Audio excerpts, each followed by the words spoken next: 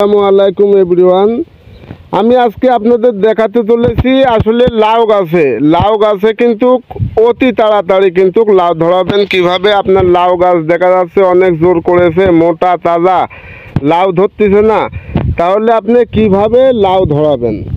আসলে লাউ ধরানোর বিষয়ে কিন্তু আপনাদের অবশ্যই জানতে হবে। ভিডিওটি না টেনে সম্পূর্ণ দেখুন, যাতে আপনি আসলে আপনার লাউ গাছে যেন সময় মতো মানে 50 থেকে 55 দিনের মধ্যে যেন আপনি লাউ ধরাতে। আসলে আপনার গাছে যে জোর করেছে সেক্ষেত্রে কিন্তু দেখতে পাচ্ছেন লাউ কিন্তু ধরানোর একটা টিপস আছে।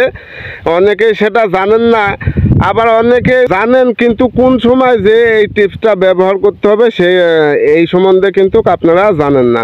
তাই আপনারা আজকে দেখে নিন যে লাউ গাছের আগাটা আছে, এটা কিন্তু আপনার যখন লাউ গাছ জাংলা উপরে চাল দেওয়া থাকবে, চালে যখন উঠে যাবে তখন অবশ্যই আপনাকে কিন্তু এই যে লাউয়ের ডোগাটা কিন্তু এইভাবে কেটে দিতে হবে।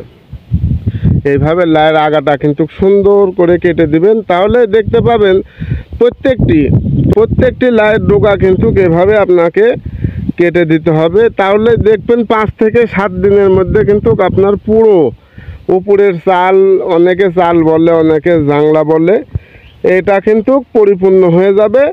সেক্ষেত্রে কিন্তু যেগুলা আপনার মদ্দা ফুল জন্মাবে সেগুলা কিন্তু মেয়ে ফুল হয়ে রূপান্তরিত হবে এই ডোগাটা মাথাটা কেটে দেওয়ার কারণে।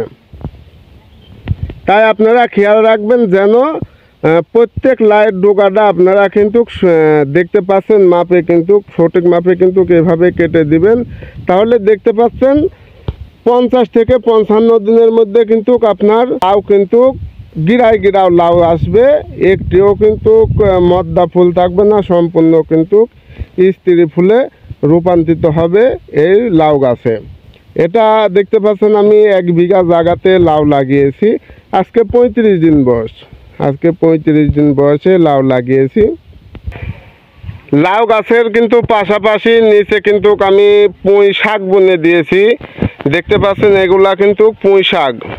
কিছু ঘাস হয়েছে, ঘাসগুলা অনেকে কেটে নিয়ে যাচ্ছে গরু ছাগলের জন্য, তাতে সমস্যা নাই, কেটে নিয়ে যাচ্ছে। আর দেখতে পাচ্ছেন পুঁই শাক কিন্তু খুব সুন্দর হয়েছে। আর দেখতে পাচ্ছেন লাউ গাছ কিন্তু ছড়িয়ে গিয়েছে, চারদিকে ছড়িয়ে গিয়েছে। আমি যে বস্তাতে কিন্তু লাউ গাছটা লাগিয়েছি, কারণ সামনে বৃষ্টি আছে, বর্ষা আছে, বর্ষাতে যেন গাছ পানি জমে না মারা যায়, সেক্ষেত্রে কিন্তু আমি বস্তাতে লাগিয়েছি। আপনারাও লাগাইতে পারবেন বস্তাতে।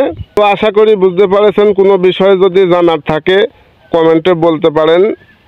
আজকের ভিডিও এ পর্যন্তই। সবাই ভালো থাকবেন, ধন্যবাদ। আসসালামু আলাইকুম।